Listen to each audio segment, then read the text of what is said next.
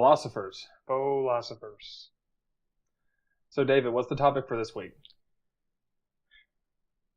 What's morality? It's a good question. I think an even better question, once we define morality, is talking about maybe where it comes from. Right. So, seems almost planned again. It's almost like we know what we're doing. Or we're trying. So, let's talk about morality then. I went back to Yale, Oxford. Mm-hmm. So, done two for Me three too. right now. The formal definition that I was able to attain was principles concerning the distinction between right and wrong, or good and bad behavior. Yes. So this is, I think, a good and a bad definition. Okay. It's good because that is what people mean when they think about morality. Yes. It's bad because it's super vague. Yep. All I was able to put down colloquially is right and wrong. Right. So I do want to go ahead. I'm starting off early here with offshoots, but I want to go ahead and make a point about ethics as well, because people, I feel like, tend to use morality and ethics interchangeably. Yep. When in fact they're not. And so I'll let you go ahead with yours, and then I have a different. I may or may not have a different proposal about the difference between ethics and morality. Sure. I went ahead and while I was on YaleOxfordDictionary.com, went ahead and took a glance at the definition of ethics as well. The definitions of ethics in this case are moral principles that govern a person's behavior conducting an activity. So essentially, ethics are morals being applied to actions or procedures, or the morality of an action or procedure. Okay, so that actually is pretty close to what I was going to suggest as the difference, that morality is, if it can be considered objectively, what is good and what is evil. Sure. And ethics are behavioral rules by which we conduct ourselves in an attempt to behave morally. Okay. I think So, that's taking it one step a little further, because okay, actually, let me present that in a different way. sure. Ethics are what guide our behaviors specifically. Okay. And it does that by applying morality to acts and procedures. Right. Based on morality, this is how we behave. That's Okay. what ethics is. Okay, that's fine. And so then you avoid, little, more minor situations that don't necessarily have a big moral implication. You use ethics to make minute decisions. Okay. So either way, I think it would be adequate to say that morality, the definitions and really the practical effect of ethics is rooted in morality anyway. Yeah. So if we really go to the heart of it, you start at morality, and then from your morals, you can define your ethics. So pretty much anything we discover about morality tonight will bleed into a discussion we could have about ethics, even though I feel like it would kind of be redundant in some ways. I think that both will be covered here. Yeah, that's essentially what I'm trying to say as well. But I wanted to go ahead and make the case because some people don't know the difference between morality and ethics, and I'll be honest, I didn't either until I started doing the research for this episode. It is a question that catches people off guard because you do kind of use them interchangeably, but yet it feels like something is different about it. Mm-hmm. Well, and I think when we were discussing this episode beforehand, I told you that I had a political science professor at one point in my college career that essentially said morality is the way you treat those close to you, whereas ethics is how you treat those far from you, which was totally incorrect. Right. And I think they were just, inserting their own definitions for the sake of course material at the time. But I took them at their word at the time and was wrong. Right. So, little lesson in that: do your own research and trust no one. So, now that we've gotten that out of the way, is there anywhere in particular you would like to begin, or would you like me to go ahead and start off with how we would structure this talk? So we've talked about the definition of morality, how vague it is. So I guess the next thing that I wanted to go into was, if morality seems so important and we're so strongly, we have such strong convictions about it, why are there differences of opinion about morality? That's a good question. Um, I feel like there is a root distinction that exists that ultimately changes people's perspective about it. And I think there are two primary schools of thought when it comes to morality, and this is where the primary division even begins. And it's weird how these two things interact. I went ahead and took morality and split into the two philosophical thoughts about morality that are predominant in today, and that is the objective morality standpoint and the relative morality standpoint. And depending on which of these you believe, it can change everything around the discussion of morality, based on where it comes from, how it should be enforced, its results, things like that. They're all different between these two schools of thought. And to go ahead and just define them, objective morality states that an act or anything has an implicit rightness or wrongness about it. That regardless of whether or not a person exists, or if these things just existed in a vacuum, they would still be right or wrong. And because of that, they're also additionally universal, which means that something that is right here in the United States is right on Mars, which is right anywhere else. An activity. These are usually discussed in terms of acts, not in thoughts, because it kind of doesn't matter in some ways whether a thought is good or bad. It's the action that results from the thought that is a lot more measurable. So, if an act is good here, it's good everywhere, period. Now, the relative morality takes the exact opposite standpoint that says essentially an act's moral value is derived from the situation in which it is instantiated. That's my kind of technical spin on it. Or essentially, an act, it's not whether or not an act is good, it's look at it in context of where it is to see whether it is good or not. The classic argument given by relative moralists is stealing bread to feed a starving family, or it's just stealing bread first, and then it says, okay, is stealing wrong, yes or no? Well, yes, most people would agree that stealing is morally wrong. And then they throw, well, what about, say your family's starving in communist Russia, and the only way you can feed them is to steal a loaf of bread. Is it still wrong? And so in that case, it's like in a society in which there is plenty, theft is wrong. In a society in which there is little, it's better or okay. Whereas an objective moralist would be like, no, theft is always wrong, period. Right. So that's where I want to take it myself, because I feel like, to go off of what you'd said, why there are such stark divisions between people when they talk about morality, and you can both say the word morality, and then as soon as you start talking about it in any kind of civilized discourse, you'll quickly realize there are times when you seem like you're not even talking about the same thing, except if you were to say it in passing to each other, there's like a tacit acceptance that, oh, we all agree on morality, when in fact that may not be the case. And I feel like a lot of that is rooted in these two schools of thought. It's sort of like truth, right? Right. You assume that everyone else has the same idea that you do about truth, and so then you can get off talking about something, and you may be way deep down the rabbit hole of your discussion before realizing, oh wait, we're talking about totally different things, because they don't even think about the most basic proposition about reality the same way I do. Exactly. And so I think it's important that we dive into these two schools of thought a little bit and talk about them, especially since if we're going to be talking about where moralities come from, depending on which school of morality or philosophy about morality you ascribe, they have different answers to that same question.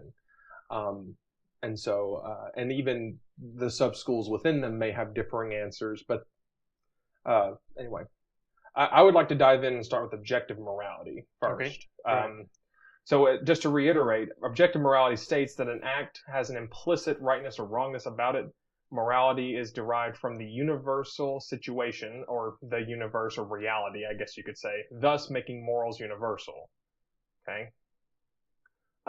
Now, when we start looking into how we start determining morality of acts, there are several there are two schools of thought that I've pulled up so far. There's the categorical imperatives. A lot of people would credit the philosopher Kant for these, but essentially, they ultimately boil down to moral value being derived by supernatural force or fiat, God. So God sets down morality, and because God is universal, morality is universal. That's what they claim. Right. The second one is the utilitarianism argument. The utilitarianism argument says you don't examine the act itself to define its moral outcome, to define its morality. You look at its impact, and then from that impact in a general case, you can then backwards weigh the morality of the act. And there's a very interesting distinction here because that almost sounds like relative morality, right? Mm-hmm. However, it's the utilitarianism argument oftentimes is done in abstraction with other morals or philosophies about rights and wrongs and things of that nature. Rights, Mm-hmm. capital R rights, as well. So, I personally have tended to lean towards objective morality before, Mm-hmm. and I still think that I tend to now. However, in doing this research, I have called myself into question on a couple of things. So this will be interesting for us to talk about, actually. Okay. The primary reason I found myself in the objective morality camp derived directly from ascribing to there being an objective truth. So if there's an objective truth, I believe that infers an objective morality as well. Right. So I don't know where you fall in that. Well, in philosophy, we have a phrase for describing that line of reasoning, which is the assertion that you can derive an ought from an is. Mm-hmm. So by saying, well, there's an objective truth, so we have facts about the universe. Therefore, there are facts about what we should do. Right. I think most people, well, I guess I can't speak on behalf of most people, but many people see this as a problem. That just because something exists doesn't, by its very existence, imply a purpose. Okay. And so I personally take issue with deriving oughts from an is in this way because, let's think about your situation of well, I don't have a specific example at hand, but you want me to proceed with a few test go cases ahead. first? Let's think about it. Yeah, sure. Now, these test cases I came up with weren't designed to prove a point necessarily. They were to take some extreme scenarios and see if you came from the standpoint of an objective morality, what that says about them, right? Mm-hmm. My first test case was no human or sentient life exists in the universe. Does morality still exist? That's my first test case. Because being a universal moralist would say yes, because right. It's implicit in an activity. Mm-hmm. And whether or not there's a human to perform the activity is irrelevant. The activity is still conceivable, in this, by us doing the test case here. However, to me, that doesn't seem to make a whole lot of sense because... Right. I guess that's where I was trying to go with it. Like, when we think about what is important about morality, mm-hmm. and the importance of morality has to do with, based on our moral conclusions, what outcomes does it produce? We have a particular situation. What action in the situation leads to the most favorable outcome? Right. And so implicitly, we're only concerned about morality insofar as it affects our situation. And so to say that morality exists even if we don't have a situation to speak of doesn't really make sense. Right. Now, the second test case was only one human or sentient life exists in the universe. Does morality exist?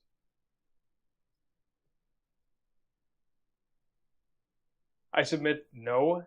Okay. Because morality is fundamentally a social phenomenon. Okay. And without any other entity with which to socialize, morality doesn't make sense. Okay.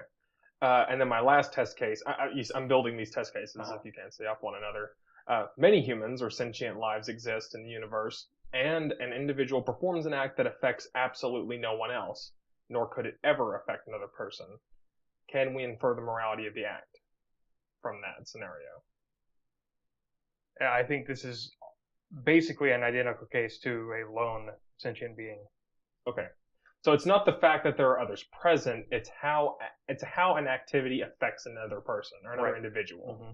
So in that case, that's what I kind of wanted to clear up, because those are the things that I had to build for myself to kind of work through it when I was doing my research. And that brings us to now. Does that fall under relative morality in this case? So I get a little bit cautious when the term relative morality is brought up, or moral relativism, or however you want to phrase it. Sure. Because the term carries a lot of baggage, and a lot of people have a lot of assumptions about what it means. And you've already brought up one definition for it, but I feel hesitant to answer that question as stated, because it seems not to matter. People already have their conclusions about what it means. So I think the system, well, it's not a complete system. My intuitions that I've laid out here about morality imply a system which depends on the situation. Okay. But there may still be, an objective case to be made about any particular situation. Like, stealing the loaf of bread may or may not be wrong all the time, but it needs to, the situation should still be examined on a case-by-case basis to determine the morality of an act. Sure. I have also prepared an assertion that I'm prepared to make, if you would like, unless you want to keep digging more into the differences between objective morality, and then not only those, but the different cases where you see them pop up. I highlighted a specific philosophy that I really like to, mess with, objectivism. Then there's the case of generally theistic religion, and there's the case of the evolutionary roots of morality. Let's go down those first, and then I'll make my assertion, because I think the assertion is going to really be what kind of cracks open, and we really start using what we've laid out beforehand. Yeah. As it tends to, and it ends with maybe one of us changing our minds, or at least hopefully giving each of us something to think about into the future. Because I think this is something that's a really good topic for us, because I think we both dabbled in this topic, but it's never really come up in serious conversation, or at least between us. So I'm going to pick my favorite philosophy real quick. And by favorite, I don't mean that it's my adopted philosophy. I just love thinking about this philosophy because it's interesting to me. And that's objectivism. Mm-hmm. I can see you give me a slight a little bit about it, a little smirk about it, but I'm going to do it anyway. So, Leonard Peikoff, who is a writer about the philosophy, who was originally developed by Ayn Rand, pretty much sums up objectivism in the beginning of one of his essays about the subject, just saying, objectivism takes the concept of a man as a heroic being, with his own happiness as moral purpose of his life, with productive achievement as his noblest activity, and reason as his only absolute.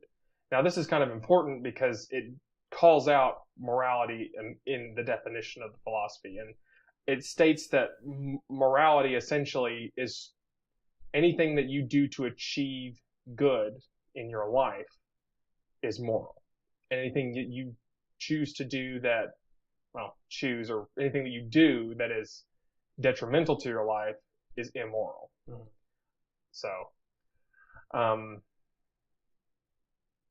in the case of theistic religion, we've already kind of discussed it. It's essentially morality via fiat, that there is an omnipotent or omniscient being that essentially lays out this is right and this is wrong, much in the same way that in feudal times, a king essentially got to decide what was right and wrong, and dictate it out to the subjects.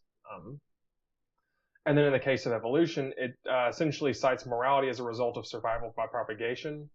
That's a very oversimplification of what it says to maximize a little bit, to expand on it a little bit, it says morality essentially is the means by which the goal of maximizing benefit and happiness while minimizing harm and misery, which biology primes us to desire. That's the vessel by which morality is constructed. Well, it's essentially rooted in our biological desire to maintain ourselves in happiness, air quotes there, and by minimizing harm and misery, well, as a society, not as individuals. yeah, I see what you're saying there. I take a little bit of issue with that. That's fine. You're more than welcome to. I pulled it off of atheismfaq.com. Atheismfaq.com. Because that's when people, and that's the second highest answer. When you Google the question, where does morality come from? The first one is the God question. Essentially, well, it comes from God. And the second one is the atheism frequency asked questions. Yeah, and I don't have a problem with the fundamental claim that our moral intuitions are biological in origin. But I do take issue from a scientific point of view that it necessarily has to do with us being happy, or that it has to do with the group or anything like that. That there's scientific evidence that it doesn't really have to do with that. Sure. Okay. Well, what would it have to deal with then? Well, ultimately, it has to deal with the propagation of one's genes, as all biological imperatives do. But by simple experiment, and you can even think of instances of this in your own life, you can do something in which you intuit is moral, but it doesn't please you to do it. Maybe you find it necessary to make some sort of sacrifice for something. At some level, you're satisfied about doing it because maybe you feel worse for not doing it, or feel guilty for not doing it. But it doesn't make you happy, and so it's not about happiness. Happiness is something that we are driven to seek, but not following our moral intuitions does not necessarily lead us to happiness. Okay, I understand that. Yeah. I'm going to go ahead and bring up the case that objectivism makes again, because we kind of already shoot away the religious case for morality, because the issue in this case with it isn't that if you support the case of theistic morality, the debate no longer becomes about morality's roots. It becomes more about the root of morality itself in that case, which is, well, does God exist or not? Right. Then, so yeah, it shifts the question about the deity and not the morals. Right. So I'm fine with not going down that rabbit hole yet. Right. So let's talk about objectivism. Objectivism states that any sacrifice made that would benefit others over yourself is an immoral activity. It does take kind of that happiness and minimizing harm and misery definition a little more in stock. Now, it makes exceptions when it comes to the case of, like, for instance, you talked about sacrifice. There are, generally speaking, let's take two types of sacrifice real quick. Human sacrifice in the, like, involuntary sense is obviously morally wrong, but that's what we're talking about. So it's not that the act of giving your life is good or bad, it's why you're doing it. And we all can think of the example of the father that runs back into the burning building and loses his life saving his children, right? I don't think there's anybody that would morally deem that bad. Right. Right. And objectivism has a release valve for this, and saying that, well, that is in your best interest, and essentially what it says is, what is in your best interest. Now, that doesn't necessarily mean what makes you happy and what minimizes harm. It's what is best for you as determined by yourself, and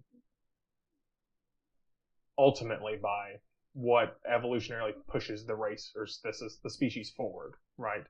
So protecting your offspring is the ultimate best benefit to you, because that is the only way your genes will propagate. Right. Now, I'd like to make a small criticism of your language there. Mm-hmm. That you talk about furthering the species. Biological conclusion at this point is that the species doesn't really matter at all. Sure. It's your genes that matter. Now, you corrected this by the end of it and talked Right. about propagation of your genes. Because and the thing to think about here, you can think about it purely from a mathematical point of view. That each one of your children shares half its genes with you. Mhm.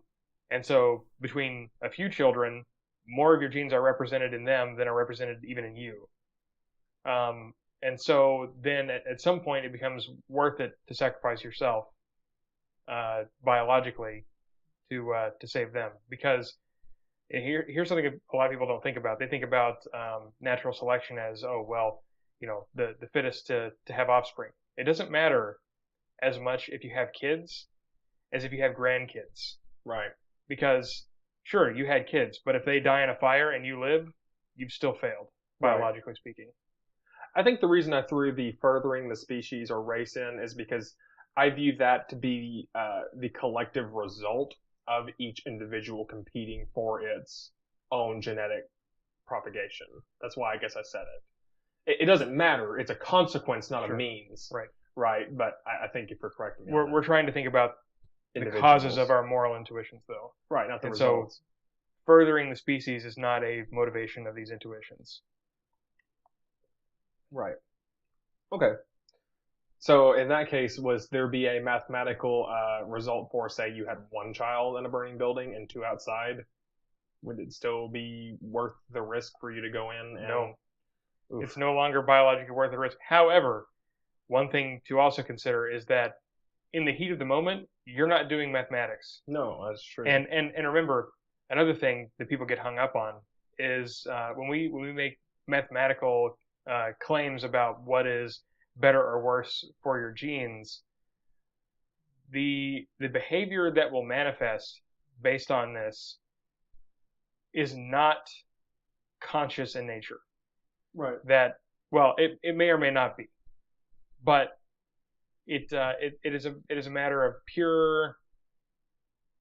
I don't necessarily mean probability, but I mean that this behavior will or will not manifest based on the situation because of your genetic programming, whether it is a conscious act or not. Hmm. That it doesn't matter. You have a moral intuition to save your children because perhaps your ancestors did often have more than one child they needed to be saving, and it's biologically easier to have an intuition to save your children all the time than it is to spend a moment in which they could die to Right. think about whether you should. Sure. Okay, I buy that. It's just I buy that. I'm okay with that. Not much more to say about it. I just think it's interesting that I just like hearing you say it's not moral to save it. It's not mathematically savvy to save one child. It's just interesting to me, and I feel like we could instantly just do a short bite about that, and it would just get eaten up because it'd be kind of shocking. But I see your point. And I've told you this many times, and I advise it to our listeners as well, to read The Selfish Gene by Richard Dawkins, in which he gives a thorough case for why gene selection implies altruism as an expected behavior of social species. Okay. Should probably drop a link to that. Sure, yeah, we could find a link to either where you can buy the book, or maybe we can find a place where you can read it online for free. Yeah, definitely. Yeah, it's a fantastic book, and I think anyone should read it. And even for people who already accept the conclusion of the book, I think there's a lot to be learned about biology and natural selection from reading that book. A lot more things start making sense after reading it, if you're not already a biologist who understands these things already. But even contemporary biologists to the time that the book was written didn't necessarily think about these things because there were still arguments about group selection or individual selection and things like that. And so this was sort of revolutionary for its time anyway. But now I'm sidetracking about biology. Sure. Well, let's start tying it back then while we're talking about biology. Would you support the case that morals are based in our biology? as social beings. Let me put it that way. By morals, do you mean moral intuitions? Okay, define the difference between moral intuitions and morals. Formal. Well, so morals, whether they exist or not, are facts about good and evil. So whether something is good or evil to do. Whereas moral intuitions are the feelings that arise in the moment about what we should do, or the feelings that arise as we judge others for what they have done. Okay. I would say that our moral intuitions are almost certainly biological in origin, for reasons that make sense if you understand biology. But that the case is to be made whether this corresponds to actual morality. And of course, it also matters whether there's an objective morality or not. And Okay. we've already talked about, moral absolutes probably don't exist. That it matters based on the situation. Okay. That all the context needs to be considered. But I intend to bring forward a case that it doesn't really matter. Okay. But I just like to I like to get my language very straight. That I'm not saying that biology is the root of what things are good and evil, but rather our intuitions about them. Okay. I think that's fair. Because I don't think there's much argument that there wouldn't be much argument that morality occurs societally. Like it has to. Like you have to have a loosely defined society before morality begins to matter. And then once it begins to matter, those are formed by those moral intuitions being acted out in a group, and then more formal definitions get built up around them, and then we start constructing. Yeah. Now, only our very base moral intuitions are purely biological in origin. Well, maybe if you want to be really technical, you could say all of them, because I'm going to mention that our moral intuitions can also be informed by our culture and our experiences. But we can still link this back to biology, because originally there were none of these cultures, and some biological intuition, or many intuitions, gave rise to our cultures. Okay. See that. So it all eventually comes from genes, but not all of our moral convictions today come directly from our genes. Sometimes they do have to be learned.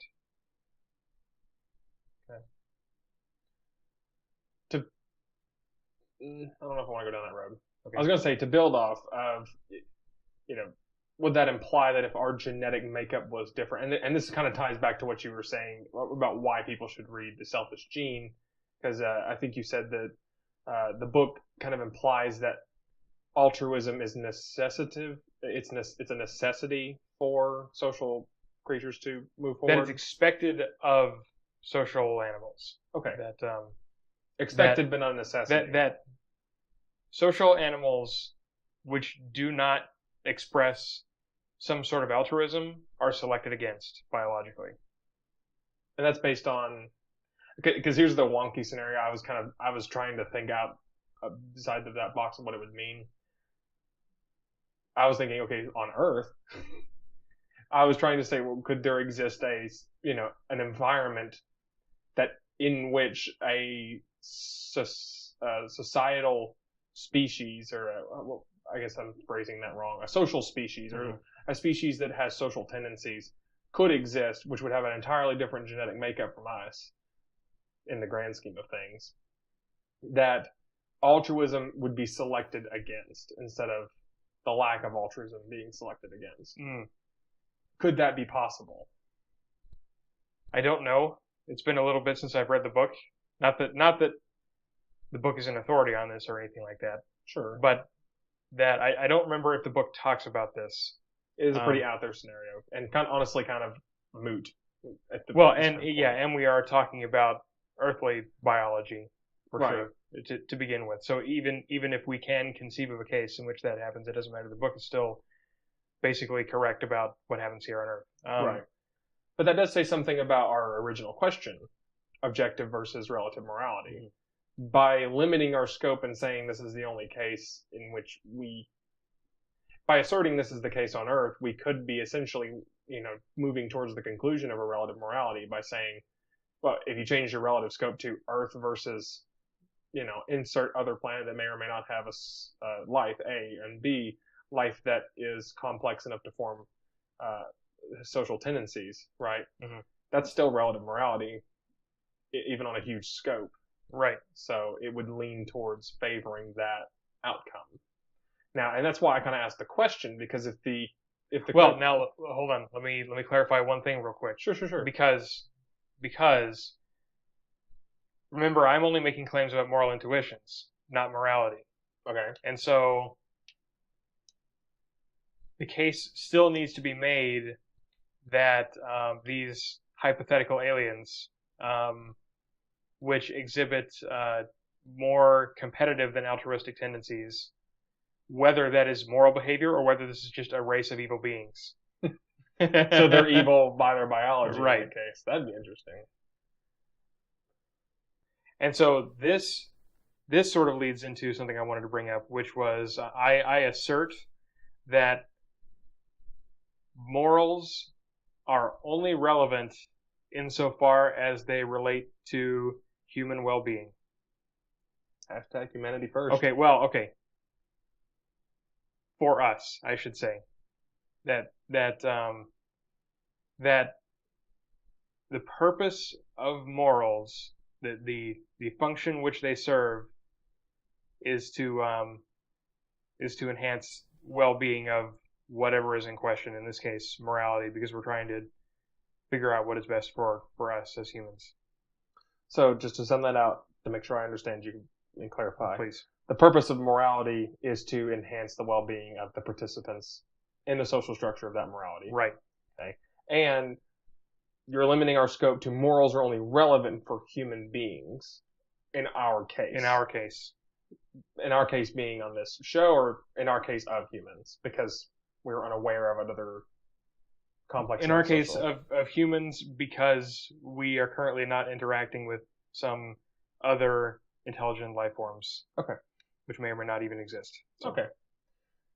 I'm going to just throw out a couple of scenarios to try to pick out how that assertion would function. Sure. Try to give me some extreme scenarios. Right. Well, a not so extreme scenario based on your scope is animal abuse. That doesn't necessarily, if a single person abuses an animal in say you're in the middle of the Siberian wasteland, there are no other people around to witness or could ever witness even the result of your animal abuse.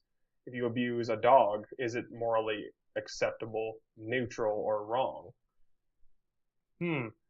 That is a good question. I don't know if I have an answer to it because, well, okay, in the scope which I have given, it's fine. Because humans, there's only one human involved, so whatever he does is his business. But obviously, most people are concerned about cruelty to animals. Mm-hmm. Now, here's what we need to think about. Firstly, one reason why we might still condemn cruelty to animals is because it implies something about the mental state of the person doing it. Possible. That there is a strong correlation between animal abuse and insanity of some sort. Or human abuse. Right. Well, which are animals. That is a sign that one day they will abuse a person. But that's not really answering the question. Well, let's see. I'm not trying to make you look like a terrible person, by the way. I'm just trying to poke holes. Because I've heard that exact question brought up against me to try to trash me in front of a bunch of people and make me just look bad, Another thing, well, okay, let me present an alternative case. The it doesn't matter case. That's what I said, neutral. Right. I gave 3 possible outcomes, acceptable, neutral, or negative. Okay, actually, I'm sidestepping it a little bit because I'm very tempted to say the answer to this question doesn't matter because, Of your stated scope. well, no, not because of the stated scope, but because, like, as a consequence of our biological, our moral intuitions, the way in which our moral intuitions manifest make us empathetic to other mammals, and so most people don't want to kick a dog in the middle of the woods anyway. People who are already sane enough to have what we would call proper moral intuition don't want to strangle puppies. Oh, I didn't say anything about strangling puppies. Jesus. Or Kick a hit dog. them, or Right. And I would say that I think you could have sidestepped it a different way in saying that, okay, there are common enough features built into our own, of the dog that trigger our own biology's predispositions for caring for things. The same reasons we care for a screaming, awful infant that makes no sense that we would want to care for it because, oh my God, they're terrible. yes, They are terrible. I'm sorry. I want one someday, but they're terrible in just the abstract form. It's all about their potential and the fact that, but still, you can take cavemen that don't think about things like that. How do you keep them from strangling that child when it is super loud and annoying and gives your position away all the time in a state of survival? You have to give it some, in order for the humans that propagate successfully, they have to get them through that stage. And so there are biologically built-in mechanisms that make you not want to do that. right. So I think you could still rope it back to the moral inclinations you said about earlier, and that in this case you can't exactly derive the morality of the act from that, but it would imply that there is something wrong with the person's ability to manifest those moral inclinations that allows them to do that. Right. Kind of like what you said originally. But essentially, I think that if the cut and dry answer that if I were to adopt that stance is that no, it's not wrong, morally speaking, because morality doesn't apply to animals. Morality is a human thing. # humanity first, So, and I don't really see why. I think there's a strong desire for us to stray away from answers like that because they make us uncomfortable. Yeah, well, another thing that's to be considered, I've also heard the proposition, morality applies only to the things which are capable of reciprocating it. This is why we don't care about morality when it comes to tigers, except for those crazy people who keep tigers as pets. Because a tiger doesn't care to negotiate morality on our terms. If it wants to kill you, it will, and it's not going to feel bad about it. Right. And so we might well feel justified in feeling the threatening presence of a tiger to just kill it, just in case. Right. Just in case it decides to kill us first. Instead of giving it the benefit of the doubt, it might not, and I don't want to hurt it, and oh, it's poor tiger family. No, I think I'll just err on the safe side for myself. Preemptive morality. Oh, man. But okay. But dogs, on the other hand, do have the ability to reciprocate at least a little bit. Except when they don't. But then again, sometimes humans don't. So, right. They're hostile people as well. So, for the most part, dogs. Well, and the thing is, dogs don't have very complicated lives, and so they don't need to have a very sophisticated way to reciprocate morality, because the morality between dogs and humans is basically, don't bite me, don't steal my food, and I don't care what else you do. Right. Don't pee on my carpet. Like, things like that. Okay. Well, let's bring it back into the scope of individuals. Because I'm going to go ahead and throw you the worst case. What do you do about murderers? Capital punishment against, person commits murder, right? Mm-hmm. They have already broken something we all would agree is morally egregious. Uh-huh. How do you deal with that person? Is it morally acceptable to kill that person or not? Because there would be those who would say yes because it is just, or so that they can't kill again, or whatever. And I'm going to go ahead and throw you the hardest case, which is the person is sane mentally, so they are of sound mind, and they show no indication of wanting to stop murdering. They're not remorseful, and they openly admit that they will do it again the next chance they get. And everywhere you take this person while they're detained, they attempt to murder somebody. It's nonstop. They are a huge threat. Right? Right. So I think this may actually be a case, now that I think about it, of conflicting moralities. I disagree. Okay. If we agree to my earlier assertion that it has to do with human well-being, then we can make an objective case that it's best to kill this person. Now, when you say human well-being, do you mean humanity well-being or human individual well-being? I mean, as a collective. Okay, that's an interesting scope. Now, I realize this leads dangerously toward utilitarianism. Yeah, it does. Yeah. Yeah, it does. So I guess the thing is that we can determine objectively whether this person is what's the word that I want? Is a threat to human life that cannot be mitigated, except by also killing this person. Why couldn't you just say that they're unwilling to participate in the moral, what would you call it? System. The moral system or the moral exchange. Because the fact that they're unwilling to participate in the moral exchange makes them very much so like the tiger, except that they just so happen to be sentient. But they're still just as unwilling to participate. And you have even more reason to believe that this person, who is, by the way, way more dangerous than the tiger, does the same case not apply? Yeah, you could say that. Because you've basically created a hypothetical killing machine just like a tiger. Right. Except that it's also a person. Right. A thinking, living, sane person. Right. It's just, sane by, I guess, the definition of otherwise sane, except that they're a homicidal lunatic. Right.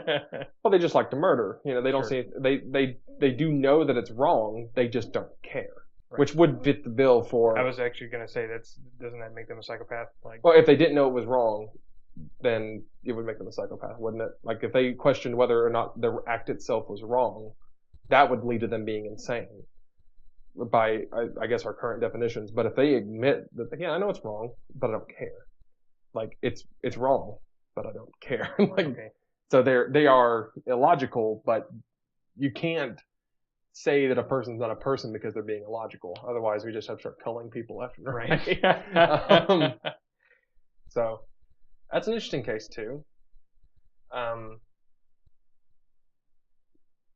have nothing more to say about it. I just think that's an interesting thought. I guess. Okay. I think we can still think about this as far as maximizing human well-being without going toward utilitarianism by including in well-being the psychological well-being.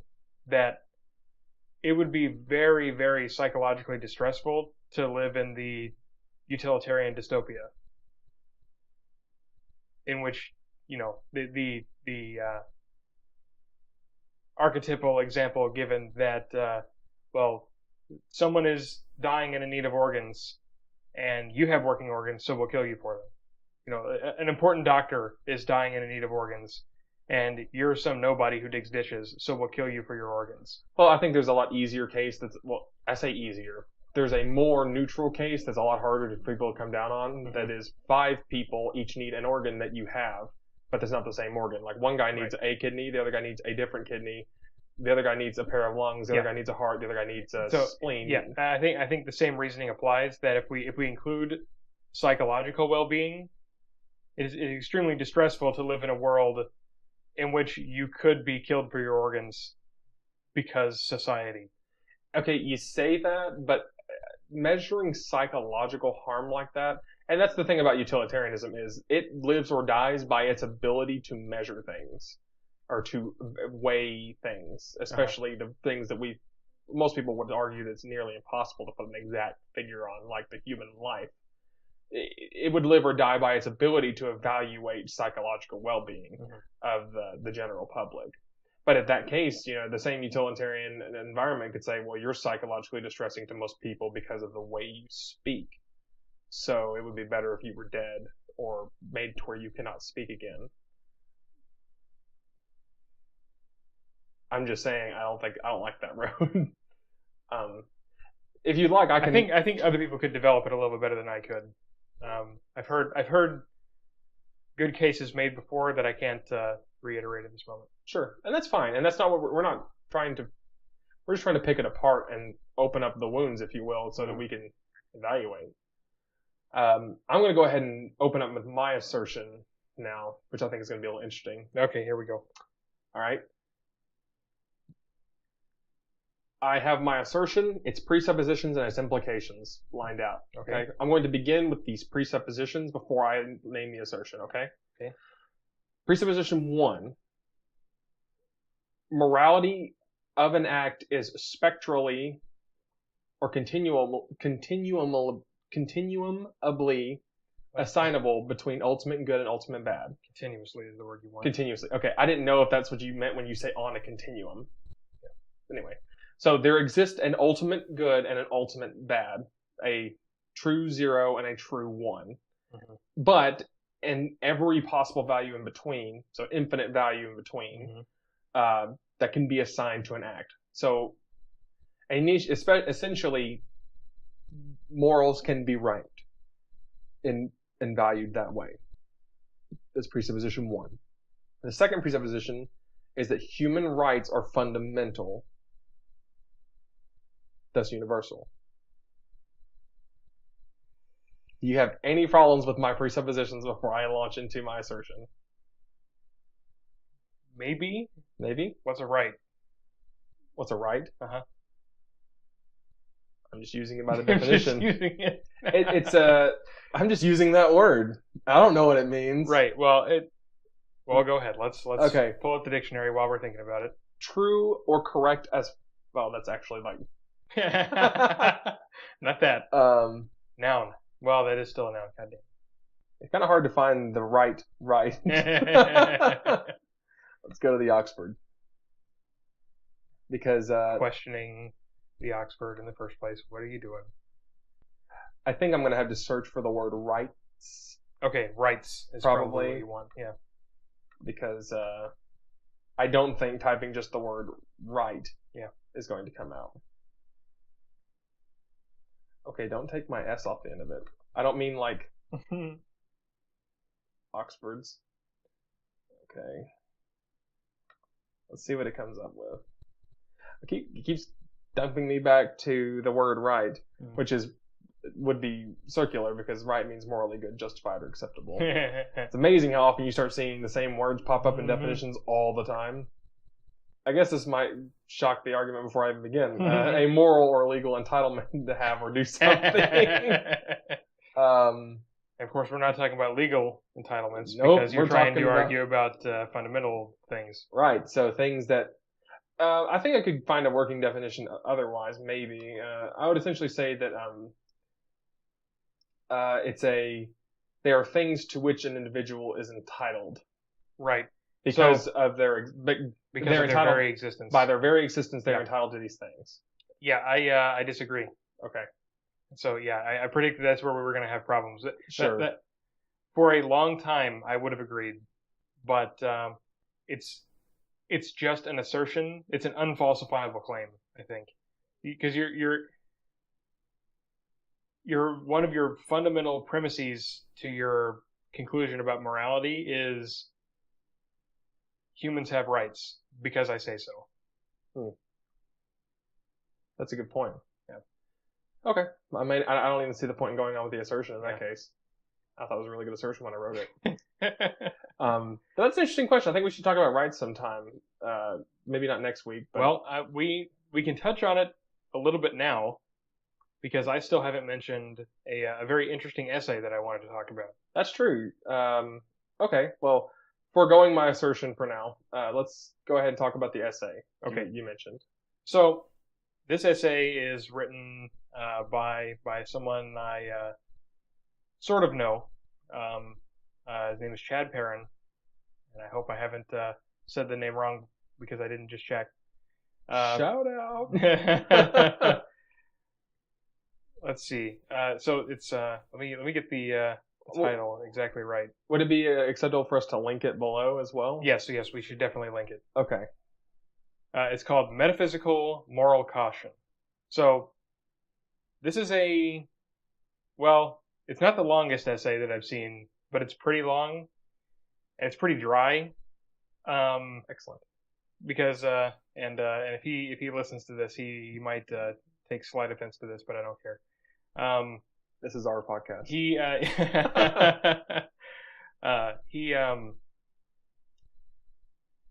you know those people who talk about things in really convoluted, roundabout ways? Jordan Peterson? Jordan Peterson. Well, okay, but Peterson? So he sort of talks about things like that, except he's not a quack like Jordan Peterson. I'm just gonna throw some shade there real quick without substantiating it. Neat. So so like the first, let's see, 1, 2, 3, 4, 5, 6, maybe more paragraphs are just establishing definitions. Here's what metaphysical means. Here's what practical means. Moral, good, evil, ethical. And in fact, ethical, you can see how long the paragraph is. Good Lord, that's a lengthy paragraph. Right. So seems like we should have him on sometime in that case, because he sounds like exactly the kind of person that we could get with. I believe that he has listened to the show before, and he does appreciate it. And I think he actually requested that I bring this up, but I'm not doing it because of that. Some friend you are. Huh? Some friend I am. Well, you can take it as a compliment that I wanted to talk about this anyway. On its own merits. So, I'm going to do my best to summarize this very long essay in just a few minutes, because we've already been talking for about an hour. That's fine. And everyone who may have an issue about this should read the whole essay, but should perhaps borderline overdose on caffeine first, because it's difficult to stay awake through, but it makes a good point. Basically, the premises of the argument are there may or may not be objective good and evil. Okay. Regardless of the case, given that we all disagree about what is good and evil, we can be assured that no one knows for certain what is good or evil. And so we should have the goal of doing as many good things and as few evil things as possible. This is intuitive. Do you disagree with this? No, we should do as many good things and as few evil things as possible. I just don't like being told what I should or shouldn't do. That's my only issue with it. Well, but this doesn't get into any specifics about Fair what enough. is actually good or evil, because Fair we're already operating under the assumption maybe there isn't an objective good. Okay. So, based on this, we should be very cautious, is the term he likes to use, about interfering with others' self-determination. That because somebody else might be doing something good, to stop them might be evil. And so that's not to say that you shouldn't do anything ever, because that would be one way to do this. But that you should be very cautious about interfering. Like if someone is doing something, it might be good, and so you shouldn't interfere. And so cases in which you might interfere would be, say, self-defense. At some level, you care about preserving yourself. If someone is going to kill you, you really don't care. So you're going to fight them back. And he does lay out, I believe he lays out some sort of reason for this, although it may just be an assertion that self-defense is permissible because you don't really care what's right or wrong if you're about to die for it, or if you're about to die because of someone else's action, which may or may not be good. So I I could try to elaborate further, but I really think it's best to read it. And basically, in short, he concludes the libertarian non-aggression principle. Hmm. This is his from a place of uncertainty. We derive the non-aggression principle, because people have different ideas about what's right and wrong, and so they are going to pursue them. This is self-determination, because, well, I assert that regardless of what people are doing, generally, with only a few exceptions, people believe that they're doing the right thing, whether everyone else agrees, notwithstanding. Okay. So people have their right to self-determination, and so as they pursue doing good, you, out of your own cautiousness, should not interfere lest you do evil in the process. Interesting. Except, okay, I have left out an important component of this that I just recalled. The problem, the situation in which you get to intervene is at the beginning of a coercive relationship. As soon as someone tries to coerce someone else, then we immediately assume they're doing wrong because they themselves are interfering with someone else's self-determination. And so then by extension, self-defense is okay because if you're being threatened, you're being coerced. Sure. Somehow. I only have one question about that, though. Uh-huh. Doesn't that assume that people have the right to self-determination? Yes. Now, this is kind of where I bring it back to my assertion, because I think the ultimate human right is the right of self-determination, right? Right. So, well, so does it derive? He sort of asserts that self-determination is a human right, but he also sort of concludes it based on uncertainty, that we don't know necessarily what's good or evil, and so we shouldn't interfere with other people trying to pursue it so long as they're not coercing people. Okay. And this implies a right to self-determination. Okay. I definitely want to read that, actually, and I'll definitely read it. And I have a very strong feeling that Chad is going to listen to this and be very upset with how I've put it forward. So we may one day need to give it its own dedicated episode in which we fully enumerate its points. I agree. I think that'd be excellent. He's also more than welcome to, comment about how wrong you are or not. I take no responsibility. Right. Okay. Yes. In Joe's defense, he has not read this at all. That is true, and I will not claim to either. That's interesting. I think weirdly enough, and I never thought it would come to this. Really, I didn't. I think a lot of the open-ended, because we've left a lot of open-ended questions in this episode, which I don't think is wrong.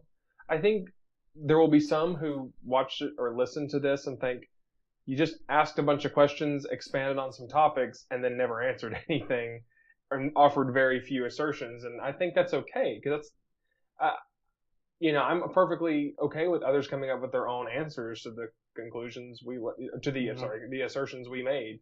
I feel a lot more comfortable leaving an open-ended question than answering a question I'm not sure about because I want to seem intelligent or something like that. Sure. And, a closed mouth gathers no foot. Right. And I think at some point it's going to be beneficial for us to revisit a lot of these episodes and kind of, rebut ourselves? Maybe not rebut, yeah. but that would be interesting because we've only been doing this for a little over a month now. Maybe a month and a half. Yeah. Yeah. And there are already, almost every single episode we've done, I've had the shower thoughts about afterwards. After we shot the episode, I go home, take a shower, and I'm like, oh, why didn't I say that? You know, because I always listen to these afterwards, and I find myself Right, you'll kick yourself. Mm-hmm. Exactly. So this is especially one that I'm going to be really interested in coming back to. But that's not where I was originally going with this. In typical philosophers fashion, to loop back to what I originally said, I never imagined this would lead us to the question of rights. Mm-hmm. It is so interesting to me because you would think they would go the other way around. And who knows? Maybe rights and their relationships to morality form a circular type logic. Who knows? And so I look forward to taking a lot of what we discussed here into that discussion. I doubt it'll be next week. Who knows? We've not really laid out next week's topic yet, actually. No, not yet. I know we have something big coming up, planned for the month of December, Mm-hmm. so we're trying to lay as much groundwork into that as possible because it's going to be quite the undertaking, and we hope you enjoy it at the time.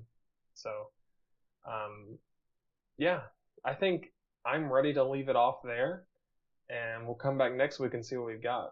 So, okay. All right. Don't forget, check out the Metaphysical Moral Caution, Mm-hmm. the name of the paper by Chad Perrin, something like that. Now I have to check. And also don't forget to check out the link to the Selfish Gene below. We would highly encourage you to read that. It is Chad Perrin. It is Chad Perrin. Awesome. I got the thumbs up on that. So yeah, link in the description below. Metaphysical Moral Caution by Chad Perrin. Mm-hmm. And don't forget to, this is a discourse, and this is, I feel like I hear this all the time, but I feel like in this case it's absolutely true that we really do end up starting more dialogues than we end up stopping. So that's what we got into this to do, is start up discourses. Mm-hmm. Discourse I don't know. Stop. You're not a linguist. No, I'm not a linguist. So, anyway, well, we appreciate the support, and until next week, philosophers.